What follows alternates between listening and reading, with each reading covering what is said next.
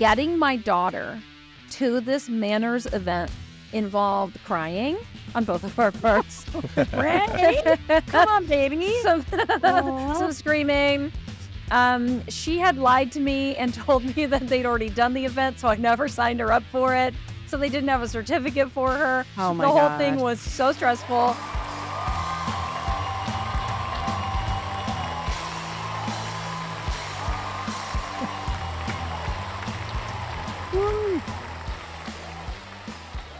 Hello and Happy New Year!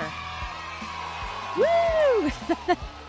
We hope you had an epic holiday season and are excited about 2024. Welcome back to another amazing episode of Open Relationships Transforming Together. I am your host, Andrea Miller. I am joined by my incredible team, co-host Joanna Schroeder, and our amazing producer, Brian Adkins. Thank you, guys. Happy New Year. It's so good to see you. Oh, Happy New Happy Year. I mean, how was it 2024? How'd that happen? I feel like it was just 2023. It's amazing time is every year. accelerating. I still have that thing where it's like, oh, when something happened in like 95, I'm like, oh, that's what, like 5-10 years? Yeah. Yeah, no, No, it's that's like 25, 30 years ago. Yeah, Yeah. that's when I graduated from high school, so it really feels that's the year. It's very personal. Mm-hmm. All right, we have an amazing show teed up.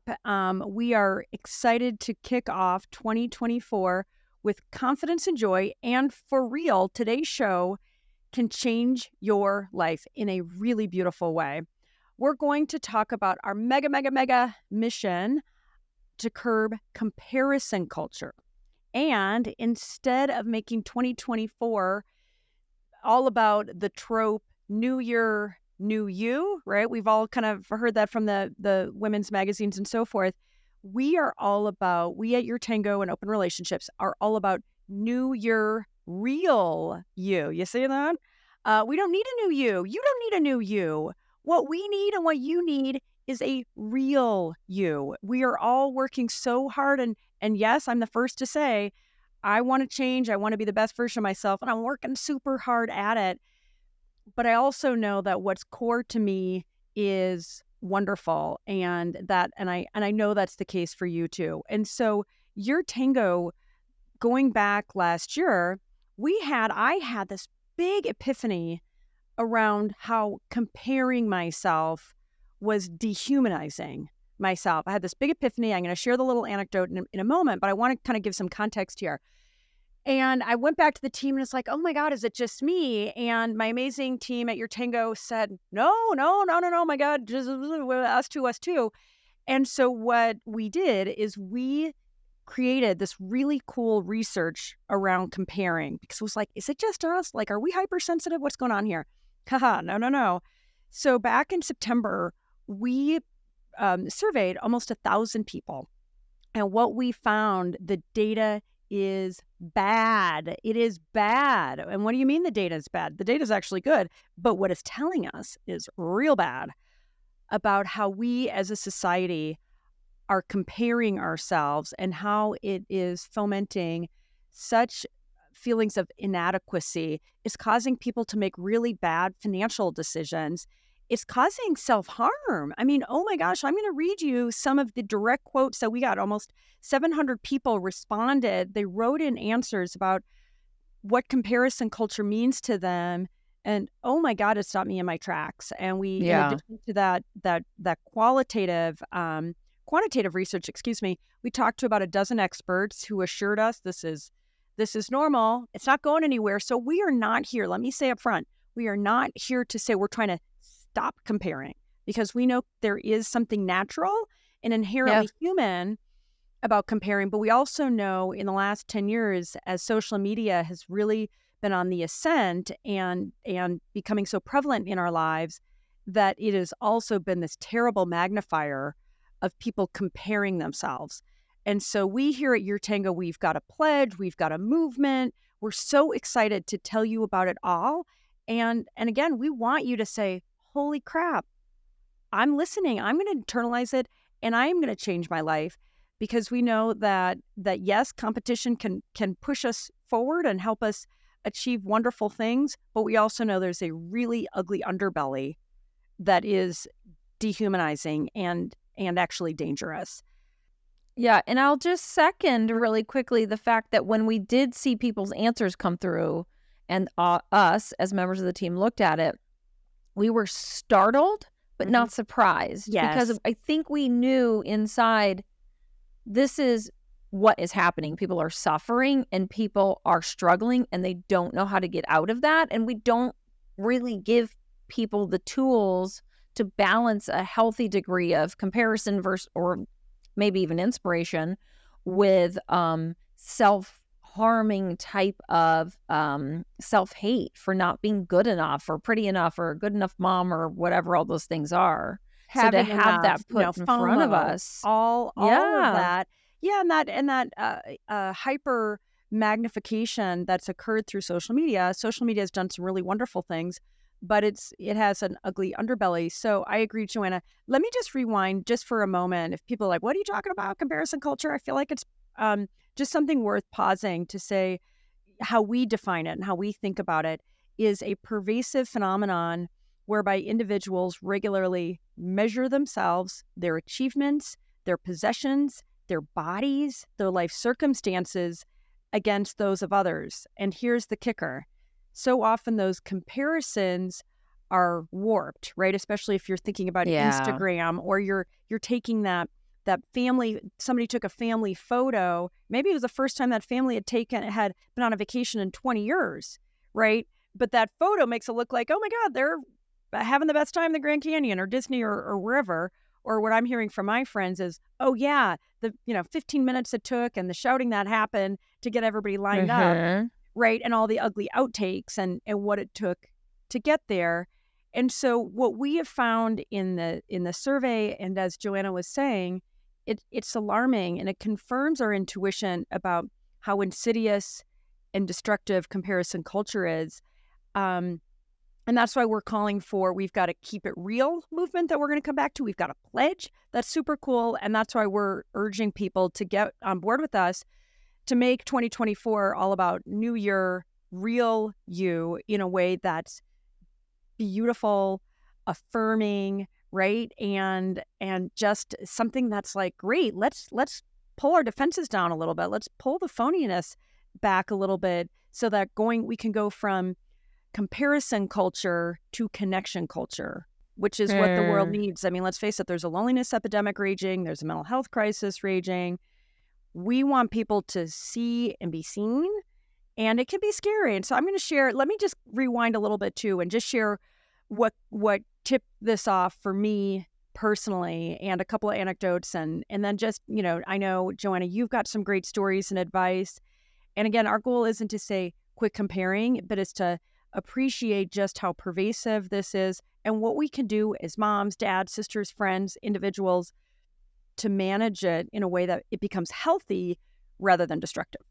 So rewind the tape. I was at a Tony Robbins event. I'm going to be talking more about Tony Robbins because I'm a fan, and I was honestly, I thought he was kind of bro. I thought he was really bro, if I'm being honest. And then my husband, Sanjay, told me about some really cool research that Stanford University conducted on Tony's signature Date with Destiny event. And I was like, holy cow. And the quick 10-second takeaway here is at this Date with Destiny event, when you compare it to other treatments for depression and anxiety, they have, at Stanford, so it's real research. They had two control groups, one using an antidepressant, Zoloft, or one of the popular ones, mixed with psychotherapy. And then the other control was using psilocybin and maybe some kind of talk therapy. And the methodology, what they do with Date with Destiny was led to more efficacious, lasting results than the controls. And I thought, wow, I hadn't heard that. And I was surprised because I like to think I'm up on top of these things. And I just, like I said, I kind of thought Tony was, like nothing against it, but kind of not my flavor. So I said, let me check it out. So I ended up doing the virtual Unleashing the Power Within event that they do, and it was great. So I said, I'm going to get in here, right? Because I do want to learn and be the best version of myself. So I went to his business mastery program this past August in Florida, and it was amazing. And as many of our listeners know, I'm the CEO and founder of YourTango. We're a super successful, very purpose-driven publishing business. I'm so proud of what we've done. We're outliers in a lot of digital publishing by virtue of having maintained profitability for the way better part, the majority of the last 7 years, especially as our industry faces major headwinds. We've remained independent. And oh my gosh, the impact that we are having. If you guys read, one day we should do an article or an episode just reading our reader letters, because they are awesome. I mean, honestly, it's so humbling to hear how we have generated praise and gratitude because of how impactful our content is. So big shout out to the YourTango editorial team and our entire team, because it's everybody that's making this happen. I know. But I'm giving that context not to be self-aggrandizing, but to say we've done something really special and really successful. And holy smokes, have we ever worked freaking hard? If you're wondering, for those of you who are watching, if you wonder why my wrinkly forehead is so wrinkly, it's because I've been working so freaking hard to do this thing that I'm so passionate about. So we're at Business Mastery. I'm at Business Mastery, and some of the other entrepreneurs are talking, and there are people there that have not even started a business, and that's not to be like not even. They're like get inspiration and get ideas and so forth. And there are others that are at different stages, and then others who were talking about the geometric growth they were achieving, and it's like, oh my gosh, we've got 1,000% growth, and and their revenue is way higher than ours. And I went from being just like, hey, look at how great I am and look at how amazing my business is, to like, kind of slumping in my chair going, oh, like, No. maybe I'm not that, like just like having that again, sort of dehumanizing feeling of doubt. And what was I doing? Comparing, right? Unhealthily. And by the way, I mean, crazy numbers here for you entrepreneurs. 90% of businesses fail in the first 5 years. Right? We know that. And YourTango we've been in business for almost 20. And so, I was having this like internal tension, like, oh, we've achieved so much more than so many others, but that's the insidiousness of comparison culture. So many of us, we're comparing ourselves to who we perceive above us, and ignoring our achievements and ignoring, the other things. Like, so our revenue is not the highest, but I'll tell you, we have transformed lives. And that's really different than maybe a lot of news organizations that are providing information and maybe making more money than we are.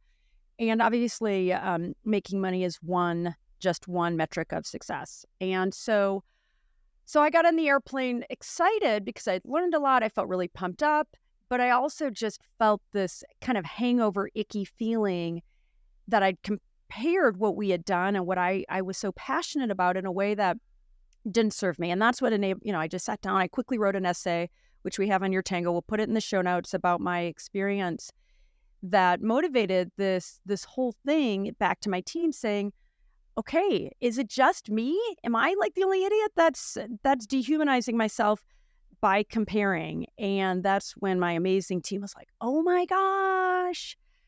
Right. So that's kind of the little burning ember that started this conflagration. And what we've realized, and now we're seeing out on social media and hearing from others what their experiences of comparison culture. And it feels like it's this thing that's really starting. It feels like it's in the zeitgeist.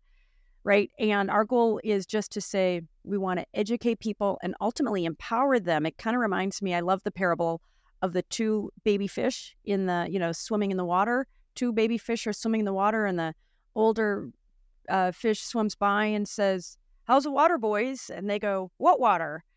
Right. And that's how I feel about comparison culture, that it's the water we're swimming in. And it's so pervasive that a lot of us, especially on social media, aren't really thinking about it. But yeah, by the way, it goes well beyond social media. It's like, I mean, geez, people that have kids that are getting ready for college, what college have they gotten into? And I mean, holy cow, coming from New York, what preschool did they get into? It's Yeah. That just, and that, who's making more money than me, and who's having more fun than me, and who's better looking than me, and who's got, whatever. It's like, so Yeah, and it goes back because I remember even in the 80s growing up and seeing the families that I thought were perfect and being jealous because I knew what my family was like. And even with the best single mom, it was a little chaotic. And I would see this married mom and dad in a house with these children that were beautiful, not secondhand, perfect coordinated outfits and hair tied, whatever. And I remember being a kid and even as a teenager and in my 20s thinking like, that kid had it perfect. And one of those families, both of the daughters ended up having really serious eating disorders. One had a Mm. life-threatening case. Oh, And wow. Shoot. I just remember thinking, we never know what's happening behind someone's doors. And now with social media, it's like that one house on the block you walk by where it looks perfect, but you live on every block. Well, totally. And I love there's a meme on, if we can find it, we can pop it in at least to the video version of this. There's a great meme on social media that shows this giant circle. And then it says, in a little prick pinpoint that says, this is the giant circle is somebody's life. And then the pinprick in the center is, this is how much you know about it. Right. But well, let's face it, social media is so much about perceptions. And even as we Yeah. show up in real life, we're all wearing our armor. We're not, so many of us are not showing our real selves. And I realize it can be, kind of trauma vomiting where it's like, oh, I just met you. Let me tell you about all my childhood Yeah. dysfunction. And that can be Yeah. the extreme. And I realize that there can be some value for people to be seen, to be open and honest.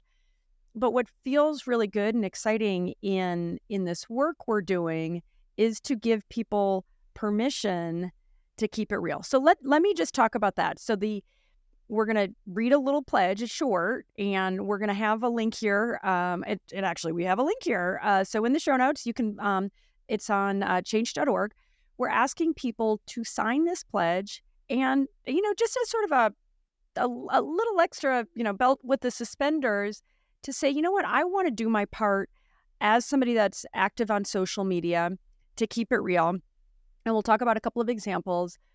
And I would, my hope, I've signed the pledge. My hope is that others sign the pledge for themselves as well as, let's face it, we're social creatures. Like, we're all in society and community together. My hope is that we will see some bloopers. We're going to hear some funny stories.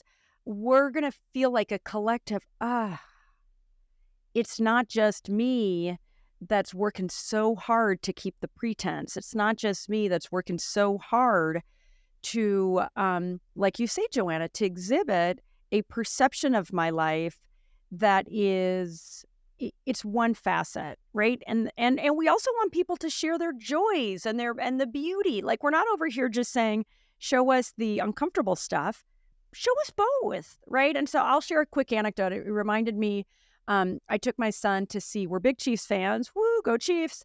Even though we live in Colorado, I know my son's friends like to call him, what is it? Bandwagoner. All right. Well, we've liked the Chiefs for a while. And we like them even still, even though their season's been a little tough as a fan. And so we went to see them in Broncos Stadium. We had our jerseys on. And if you saw the picture, the Ussie, I don't even like to say selfie because I just take pictures with my kids. So Ussie. And we were so happy. It was snowing in the background. And at that point, the Chiefs were still winning. And that would have been a perfectly reasonable picture for me to post on social media. I sent it, as some text and so forth. But what that didn't show was 3 hours earlier in our hotel room that my 13-year-old and I were shouting at each other. It was like, I was 13, he was 7. And he was being entitled. And for all you moms and dads with 13-year-olds, I know you feel me. I mean, it was foolish. And I'm saying it to keep it real, right? And that's the kind of thing that I'm hoping a lot of people get behind. So as we're sharing these really fun photos and great anecdotes, like so in the caption, hey, Nicholas and I are having a blast in Broncos Stadium, go Chiefs.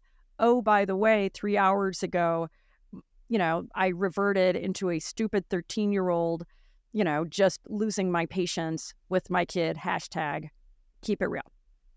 Joanna, do you got any Yeah, quickies I you want to add to that?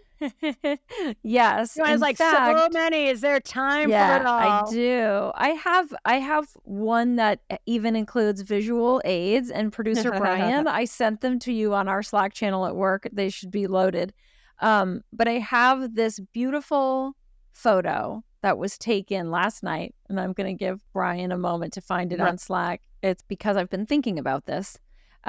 Yesterday, I had a couple photos taken by my friend and by her husband that look so idyllic, and I put them on Instagram, and I'm holding my friend Cassidy's baby, who I held when he was 3 days old. He's like such a treasure for me. He makes me so happy. And we're sitting there. You can see it here. I'm holding him. He's 9 or 10 months old now. There's a sunset. We're at Duke's in Malibu.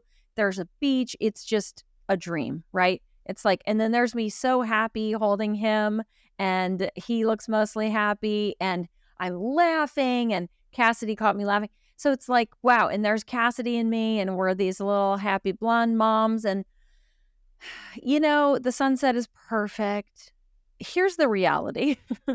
I'm outside with that baby because we had to take our kids to this event where they had to display their manners. It was a school event, our kindergartners, and getting my daughter to this manners event involved crying on both of our parts. Right? Come on, baby. Some screaming. She had lied to me and told me that they'd already done the event, so I never signed her up for it. So they didn't have a certificate for her. Oh my The whole gosh. thing was so stressful. And so I took Cassidy's baby and I took him outside, and I was taking deep breaths because I was so overwhelmed. So you're looking at this picture and you're thinking, look at this amazing mom holding this perfect baby in this idyllic spot. I was outside because I was like, I'm going to have a panic attack. Oh my And gosh. But I was able to gather myself up, and this baby loves birds. So we were talking about birds, and then Cassidy turned around, and I don't know what she said, but I laughed. And so I really am laughing. Obviously, it's not a glamour You're shot. not screaming? Yeah. And then Cassidy came in and she said to her husband, take a picture of our family. And he was like, aren't I in the family? And she said, no. And we laughed, and it was fine. But nobody knew also how hard that day had been for Cassidy, where she had been struggling because she hasn't been sleeping because the baby's waking her up. And here we are putting on Instagram these idyllic photos, and nobody knows why I took the baby because she's exhausted. Why I went outside. Yeah, I went outside because I literally thought I was going to have a panic attack. Wow. I appreciate that, Joanna. And that's the whole, that is it. And it's like, if you just live your life on social media, you'll say, what the F is wrong with me? And it's like, there's nothing effing wrong with you. I mean, that's the truth. But let me read, and so thank you for that. Let me read, just again, I mentioned how tough some of these quotes were. One person in the survey YourTango conducted, without comparison culture, I would have lived an authentic and honest version of myself and probably wouldn't have self-harmed or tried to end my life when I was younger. And that voice wasn't singular. I could sit here and read and go take the show right now to a very dark place. But that quote is very representative. And I do have a couple others that I want to share. But I feel like from my example, a couple examples, Joanna, to yours, to just how dark and really dangerous social media can be. It's why I said at the beginning, mega mission to help raise awareness and help give people tools and ideas and context for how to manage this. Now, one that when we had Guy Winch on last fall, Guy is so wonderful when we were talking about, and we've been talking about comparison culture on the show, and we're going to continue to because it's so important to us. I loved how he talked about, and especially he's got the best accent, when he was talking about how when he does comparison in his own life, he compares himself to previous versions of himself, which I really love, right? It's so easy to say, oh my gosh, I'm going to compare myself to Joanna, who has perfect skin, right? She's gorgeous. I'm like, oh, versus saying, oh my gosh, I'm going to compare myself like I'm somebody who works so hard as a mom, as an entrepreneur, in a lot of ways, as a woman, right? And so I love that idea of comparing ourselves, but even that can be tricky because let's face it, at times I'm like, man, I've crossed the Rubicon, I'm on it. And then, excuse my language, but the next day I'm like, okay, let's cross that out. I'm trying not to swear so much on Brian. If you can just mark that, I don't want to swear quite as much because I feel like it alienates people. So I'm like, oh shoot, I thought I was in a better place. And the truth Yeah. is, right? I mean, all of us, it's like our lives are sine waves. And if they were just flat, life would get really boring. And, it's like, I feel like we all need that, that tension and Yeah. excitement and uncertainty. So I even feel like sometimes comparing ourselves to previous versions Yeah. can also be tricky. I mean, it's great That advice. just hit me. I love Guy Winch, and I agree he has the best voice. It's so soothing. Yeah. That previous version thing really hit me when you said it right now, because I think, and I don't need anyone to comfort me when I say this, okay? But I think I was a better mom to my boys. True. And I think part of that was because I was younger and it was new and it was pretty much all I was doing. And I felt like so hopeful. And I'm sure if I were to, rewind like this were a film and I saw myself, I'd be like, no, here's the way you're a better mom now. In these ways, you're more mature. You're most of the time more patient. You are not imposing whatever. But somewhere inside, I think I was a better mom to my boys than I am to my daughter because it's been so many years between them. And that's painful. But now that you've said it, I can kind of talk myself through it and imagine that rewind button on that remote and go, you know what? You don't have an accurate memory of every single thing that happened 12 and 15 years ago either. Well, boom, baby. I love that, Joanna. Thank you. Because, and something that has become so apparent to me, this is something Tony Robbins talks a lot about, is especially as we get older, our memories are terrible. Like, I'll be sure I'm remembering properly, and then I see the evidence and it's like, oh, crap. So I think just as a life hack, like a major life hack, assume 50% of your memories are inaccurate. And not because people are deliberately lying. And even the memories that we share with ourselves, like, and I appreciate your sharing that, what you're telling yourself, it's not that you're telling Yvonne, it's not like you're telling, anybody else. What you're telling yourself gets distorted because that's what our brains do. None of us have perfect memory. And yet we think, especially those of us, that are like really self-confident, it's like, no, my memory is right. It's like, like we got to like, it makes me wonder if grace. Yeah, maybe we go binary on it. Like, I think maybe I'm idealizing how I parented the boys and I'm demonizing the way I'm parenting her. Or maybe at some point I will idealize my job at YourTango, which has been a great job, no doubt about it. Maybe I'll idealize that and demonize whatever I'm doing in 15 years. Yeah. Because maybe that's the way our brains Wasn't that the good old days? Right? Isn't that how, how it's like, God, like you go through that prism of the good old days and there's something inherently kind of in that comparison, judgment, even if you're judging it positively, it's still creating a kind of a, things were so much better before, right? And isn't so much of our society like, not that we're going to get political, but I feel like a lot of rhetoric in, in the news and so forth, it's like, oh my gosh, how terrible things are. And some things are really, really, really challenging, but there are so many beautiful things. Yeah. So you hear a lot about like the old timers, and now I unfortunately count us as old timers, but our parents especially, they do say like there used to not be so much crime, and people who lived in our area of California often are like there's so much crime. And then I just looked at some objective data on Ventura County crime rates, and they have been going down, down, down, down, down, and education graduation rates are up, up, up, up, up. I mean, it's amazing. Arrests of youth are down, down, down. It's incredible, but our memories, you can see why we hear about the bad stuff more. So we think it's bad now. And also, I think you're right. It's like, oh, back in the good old days, Ventura County was so pure and squeaky clean, and maybe it wasn't actually true, right?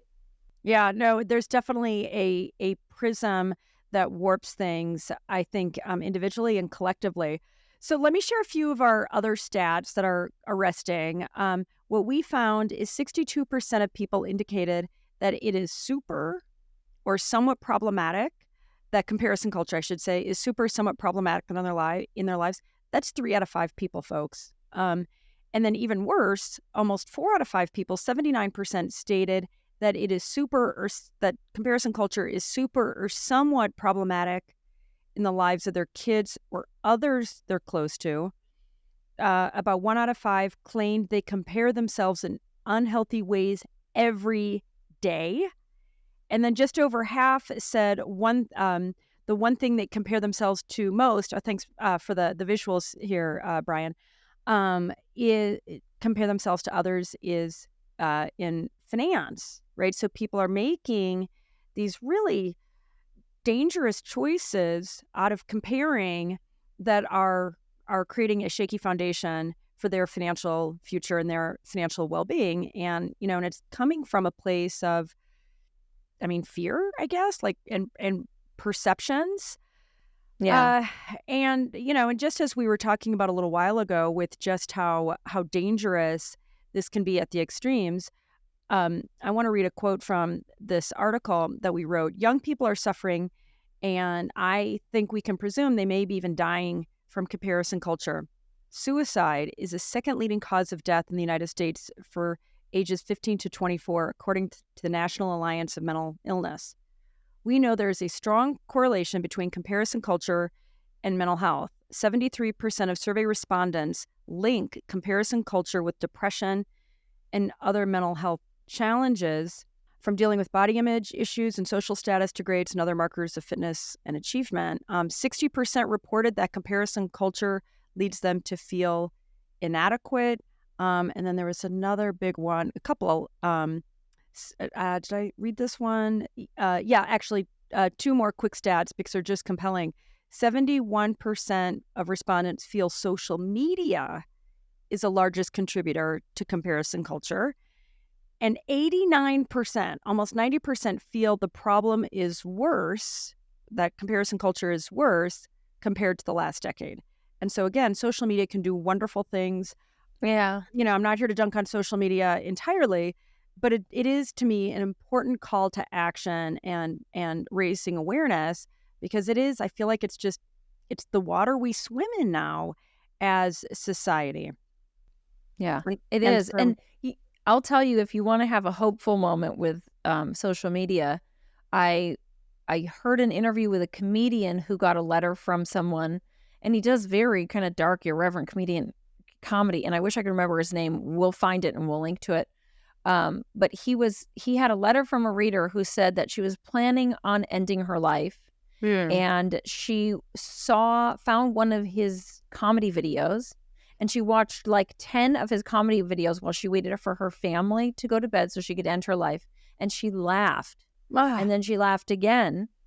And then she was like, maybe I can live one more day. And it was like God. 10 years ago. And she's still around. And that was a reminder to me, too, that I always want to polarize. Again, it's my instinct to be like, social media is so bad for our kids. And then I think of this teenage girl who was scrolling and found something funny and realized maybe there's something to be happy about. It just struck me. Something that artist, that comedian artist, and I feel like that's the beauty of great comedians. Even in the darkness, they show our humanity, right? Yeah. And it's like, oh my God, we're not alone, right? And I'm going to read another one that just really adds to that. Not because I want to be macabre. I really want people to go, holy crap, I got to take it seriously. So another person wrote in to our survey, because of comparison culture, feelings of inadequacy added to my drinking habits earlier in life. When I experience this, I often get suicidal. And no, it's not helpful. Right? And so, now people, kind of somebody could say, well, it's not just social media. And I would say, I understand that people are sensitive and there are some inherent vulnerabilities, but I would contend very strongly that social media is this magnifying force. The data shows it, right? So let's not fight the data. But now, back to our pledge, the goal is to say, how can we use social media as an opportunity to laugh at ourselves, to keep it real in ways that, I feel relieved. I'm 52 now, and I've tried to keep the pretense up. And it's like, the more I feel like I can show my real self, goofy, foolish, in all of those ways, the better able I am to connect and feel like, okay, I'm good, versus trying to.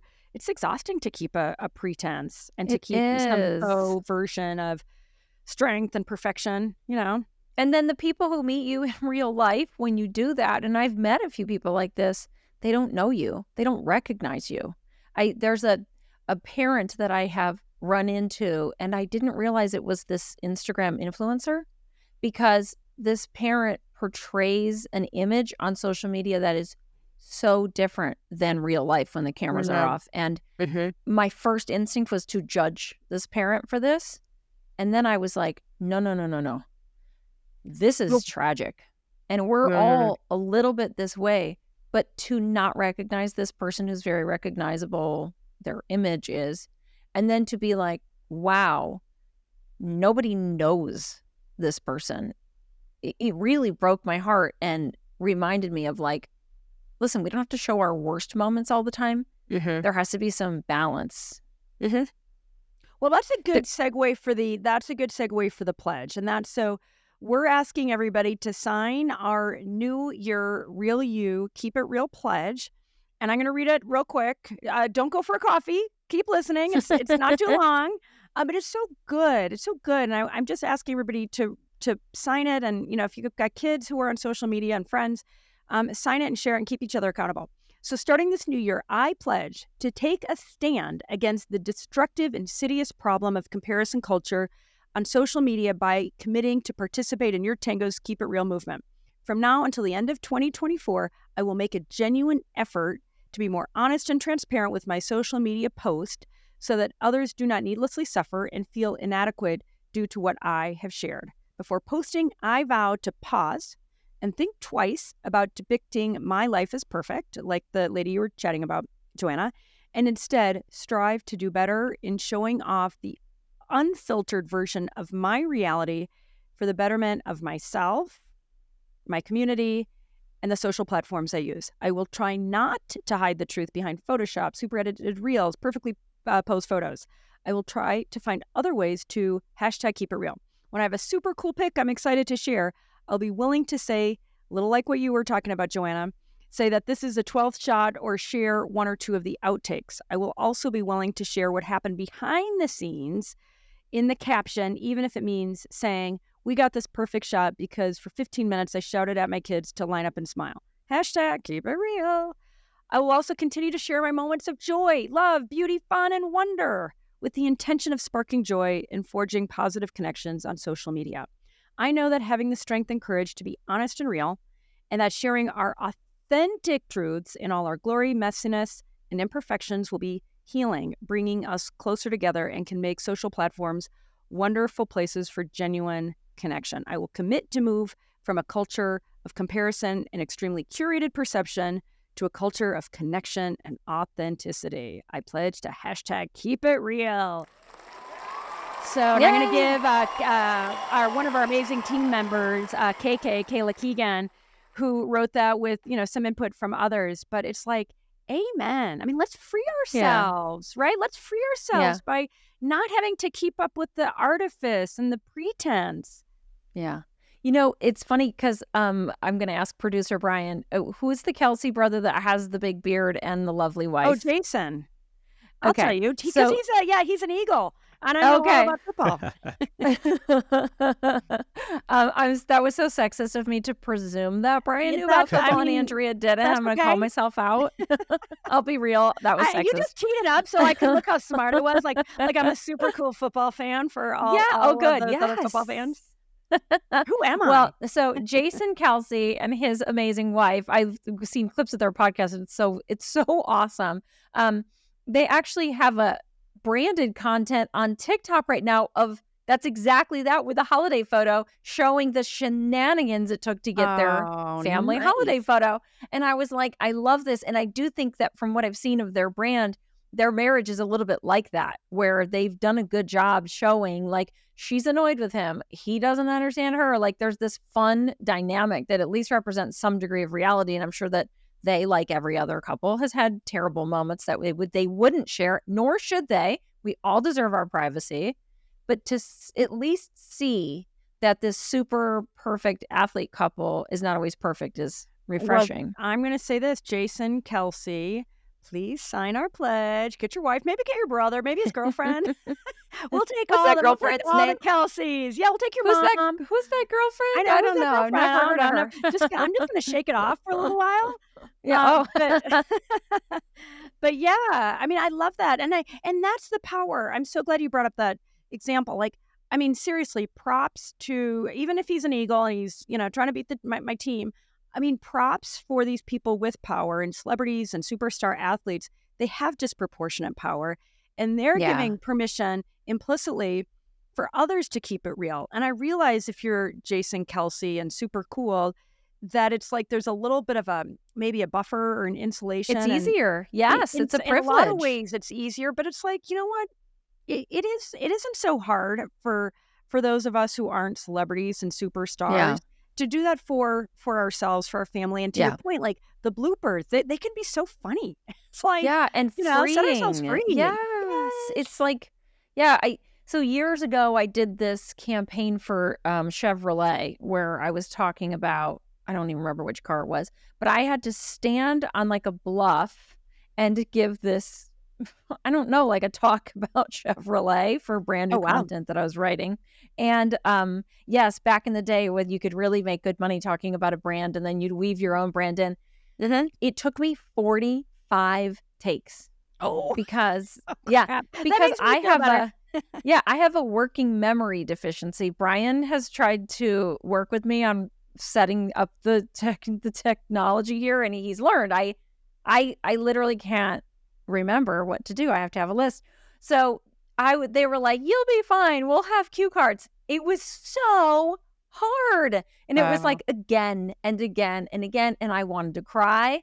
But of course, the thing that hit all of these, it was like YouTube pre-video, everything was like, look at me, I'm a blonde mom out on a cliff talking about something and cars and sponsored by Chevy.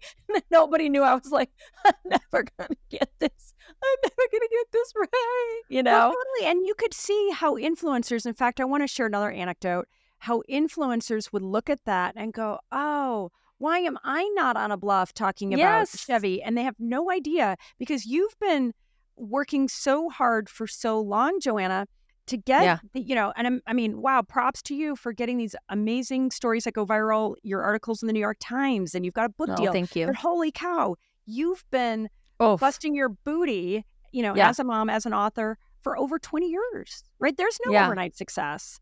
No, but there's a lot of grief, and there's a whole novel that's just in a garbage can that took years and years to write. That's not good. That's what people don't see. But that to me is a compost. I've tried it as an author and a creative person. I've had to develop the wisdom because it wasn't there to look at that what doesn't get seen as the compost. It's the fertilizer for what does materialize as beautiful work, right? But without it, I love that. Well, thank you, darling. The scraps, the refuse, right? Yeah, and like it's not like a bin liner. No, but it is the fertilizer. It's the compost. And I say compost because I think of compost as the organic material. Let's face it, you can go and buy shitty fertilizer from with crappy chemicals. I'm a gardener, so I know about this stuff. I think of the compost as the sincere organic matter that had to come out before the blossoms, the flowers, the carrots, before all the good stuff could really emerge. It's like, and it's not that's just a waste of time. No, it's not. It really, you have to trust that. But I want to share, we had a wonderful videographer come and do some work with me a few weeks ago. Graham, shout out to you. Woo, woo. He is this really successful videographer that had this rock star lifestyle. He'd go all over the world. He had all these Instagram followers. He's like a snowboarder, surfer guy. He's super cute. He's tall and handsome and just so charming. And when I was talking about comparison culture, it's like he got really serious and like, you know, like the vibe changed quick. And he and I finished the shoot and we went for a hike behind my house. I'm like, yo, what happened? And he's like, oh my God, I've got a comparison culture story. And I'm waiting for, something terrible. But he like completely head faked me. He said what happened to him was that he'd get all these DMs and messages to him saying, oh my God, dude, I want your life. Like, I feel so inadequate compared to you. How do you do it? Like, how do you get to go all around the world? He's a youngish man, but he's been busting his butt for over 10 years. He's really good at his craft. He's taken a lot of risk. He's not full-time anywhere, right? So it's like he's been in the gig economy and willing to get out of his comfort zone. And he just said it was so dehumanizing to him to have, to feel like he was creating that, if you will, that dehumanization where others were comparing and feeling like because of his success and his unique lifestyle that he was causing others to feel badly. So he shut it down. He's like, I'm not contributing to that. That makes me sad though too, because I want him to have his lovely lifestyle. And actually this leads me into this article I wanted to show you, and you haven't seen it yet. But Sarah Peterson is an author who wrote a book called Momfluenced. In fact, we should have her on the show. She's so interesting, talking about mom influencers and the role that they've played in our society. So it really fits in perfectly with comparison culture. But what she wrote about was this binary we got into where there was perfect moms, everything was perfect. And then there came kind of an era of, she's saying, maternal dread. The article is called Reclaiming Maternal Dread, where we just talked about how hard it is to be a mom. Or it's like, it seemed like everywhere you turned, it was like, this sucks. My husband's terrible. The kids are barfing all over me and sharing our worst aspects of ourselves. And then we got into this polarized thing. And the author of the article that Peterson is citing says, Cohen talks to several mothers who feel as though they can't express their maternal joy for fear of being labeled holier than thou, right? You're even an aspiring trad wife. And I think that when we get down to it, it's this need to say who's good and who's bad. And we idealized motherhood for so long. We were so relieved when people showed the reality. And for some reason, this pain inside of ourselves when we're struggling, when we see someone who's not struggling, if we aren't trying to be like them, we're probably mad at them. Like how and what gives you the right? Yeah. What gives you the right to love being up all night with your newborn? It was so hard for me. What gives you the right to be able to always speak calmly to your 4-year-old who's like screaming on the floor of the grocery store? What gives you the right to do gentle parenting?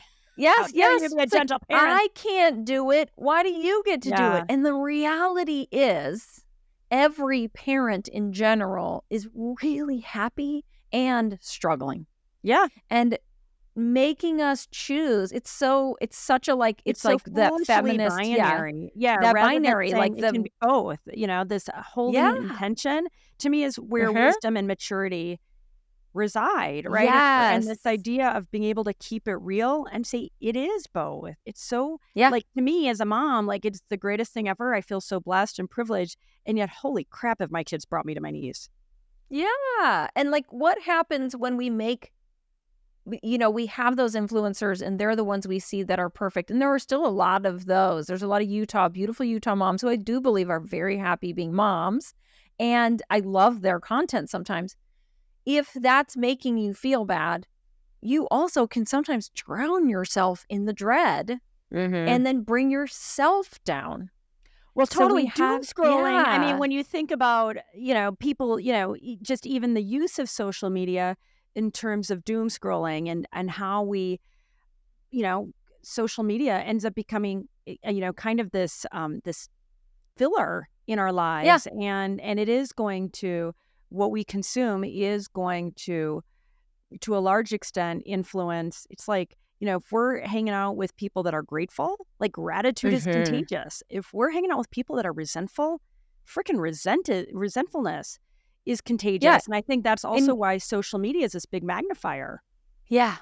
And if we're hanging out with someone who's forcing themselves to express gratitude all the time, we're going to sense the inauthenticity too, right? You know, Like, and I've got to totally. always be okay, everything's going wrong, but I'm Well, so that's toxic grateful that, positivity, right? I mean, and yeah, that there's been a lot of negativity on positivity, right? yeah, Because it's like it's faux, and there, you know, I think it yeah, comes from a well-intentioned place, but I do think there's yes, been helpful, you know, for those conversations that are sincere. I have they're a Black Latino friends. They accused me of toxic positivity during Black Lives Matter, and it was really like they're some of our dearest favorite friends, and it was like, yo, that's helpful, right? Because I'm like little cheerful girl, you know, and it's like I feel like the context matters. Like they kept it real with me in a way.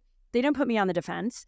They helped me see their perception in a way that was different than my perception. It was like, yo, I appreciate that, right? But if they would have attacked me, I'm sure, I mean, because I love them, I probably would have understood that too. Like, oh, but anyway, but I do feel like so much of it is how we are communicating. But I want to share one last comment. I know I talked about just the financial ruin, and I realize we're in a society that there is such a lack of economic justice. And I don't want to get into politics too much, but dang, it's 2024 and we're electing a new president. And so to me, economic justice is at the heart of our well-being, because whether you're a mom or dad and you have young kids and you're working 2 or 3 jobs and you don't have time to spend with your kids and time for yourself as a human being, the quality of your life is probably not that great. So I care a lot about economic justice, and we'll be talking about it in future shows. And again, not to make it political, but yeah, I feel like whatever your political beliefs are, my hope is that we can all agree economic justice is, it should be a civil right. So one of the respondents wrote in and said, I try to be frugal, save, and not get into debt, but I still find myself feeling inadequate when I see others my age with really great things. Many of my friends with so much more than me are drowning in debt. So I do feel we have kind of created a terrible culture of debt and it being okay because of comparison. And so we're at the beginning of the new year. If this resonates with you, I just invite our audience to really think about what's motivating them so that they, Joanna, you and I are like, we're freedom. We want emotional freedom. We want economic freedom. I just invite people who are listening to you, our amazing audience. I hope to take what we're talking about to heart, to free yourself, to make your life, like I said at the beginning of the show, more joyful, more beautiful. We do want to transform your life on our show, but we can't do it without your participation. So what else, Joanna, what did we miss? And Brian, is there anything you're burning to add to our comparison culture discussion before we wrap up? I think I shared a lot of the things that I've been thinking about, and my big message is like, let's find the balance. Let's try not to wallow in the worst in order to be sort of falsely self-deprecating, and let's make sure we're showing the balance of the struggles. Yeah. I'm going to add to that. I feel like, and Brian, maybe you'll want to chime in too, because I feel like you've talked about, as a photographer, some of the comparison you've done. But I love the story, and I meant to check the name of the person that broke the 4-minute mile like 50 years ago. And it was like, until he did it, it couldn't be done, right? And then he did it, and it may not have been 50 years ago, but give me a little grace here, folks. After he did, then a whole bunch of people did, right? So to your point, Joanna, the beauty of comparison and competition, it's like, the human spirit, it's like, oh my gosh, we can do incredible things as humans for the right reasons to create beautiful art, to set new records, and all of those things to me are worthy. But there is that ugly underbelly. So, Brian, you want to share what, for you as an artist that has been on social media quite a bit, you want to share your little anecdote?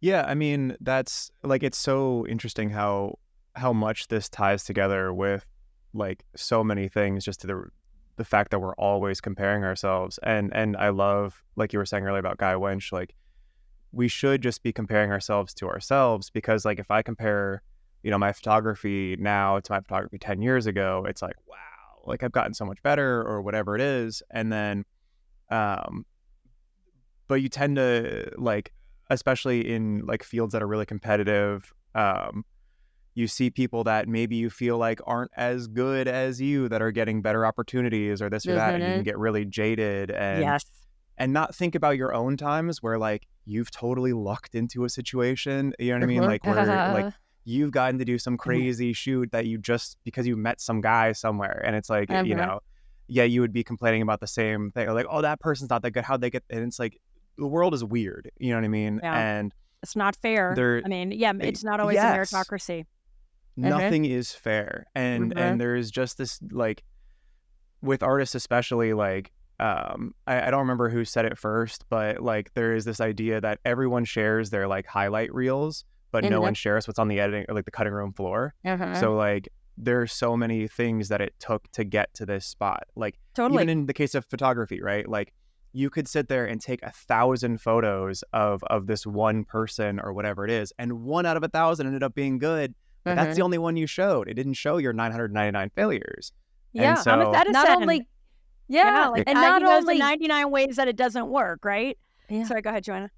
And not only can you take 1,000 photos for one photo, you look at the cover of Vogue or anything, there were 1,000 or more photos taken to get that one photo. And some of them, even the most beautiful supermodel is going like this.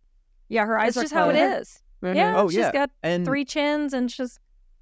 Oh, that's man. what we do. We're humans. The higher up the ladder you go, the more like things aren't directly related to that photographer. So like my first cover shoot kind of thing was really weird, because it was like, okay, send us your raw photos. Don't pick selects. Don't edit anything. Do not do any, like they took full control and they recropped my photos. They re-edited them. They did all the things. And they looked amazing. They looked so good. I was like, that's me? Like I did that, but like, so it is one of those things where it's like a lot of stuff is also a team effort that you don't realize. And there are people that are right. So like this is the last one I'll leave it on, but I remember because I've always been like kind of like lanky, skinny guy. There was like famous photos of Justin Bieber when he was first doing his little transition into a bad boy, and he's like shirtless and he's like tatted up and he's just black and white. And and I saw like only recently, like a year or two ago, like the actual photos, and they've been photoshopped to hell. Like he looked so much more built and whatever. And the regular version, he looked just like me. He looked like the skinny weirdo like me. And I was like, oh, we're calling you Justin from now on. Forget Brian. Oh my gosh, Brian. That's hilarious. But I was like, that oh, just man. warmed my heart as a mom of teenage boys, writing a book about teenage boys. That's so powerful, Brian. And you don't hear men talk about that. We need to hear more of that. We really do. That's why I'm super pro like Timothée Chalamet taking his shirt off and everything. Because he's even skinnier than I am. And but he's like shirtless and everything. And he's not like ripped or anything. And it's just like, yes, different body types. Because like, I don't know, like, again, I do feel like I perpetuate that in some way too. Because as a photographer and stuff, if I'm doing like a fitness shoot or whatever, I'm going to get the most jacked dude I can find and then put him in some tight fitting clothes. And it's like, so I don't know, like I need to be a part of that. Maybe that's my New Year's resolution is I'll be a part of the like keep it real. Keep it real. Brian. Yeah, exactly. Keep it real, baby.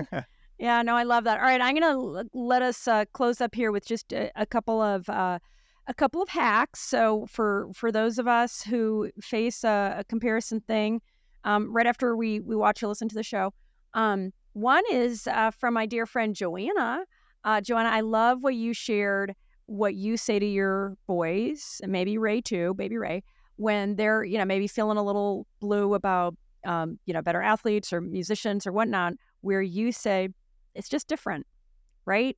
And I just love that, like neutralizing, because we can glamorize what other people are doing. And it's like, there are so many factors that we don't know about.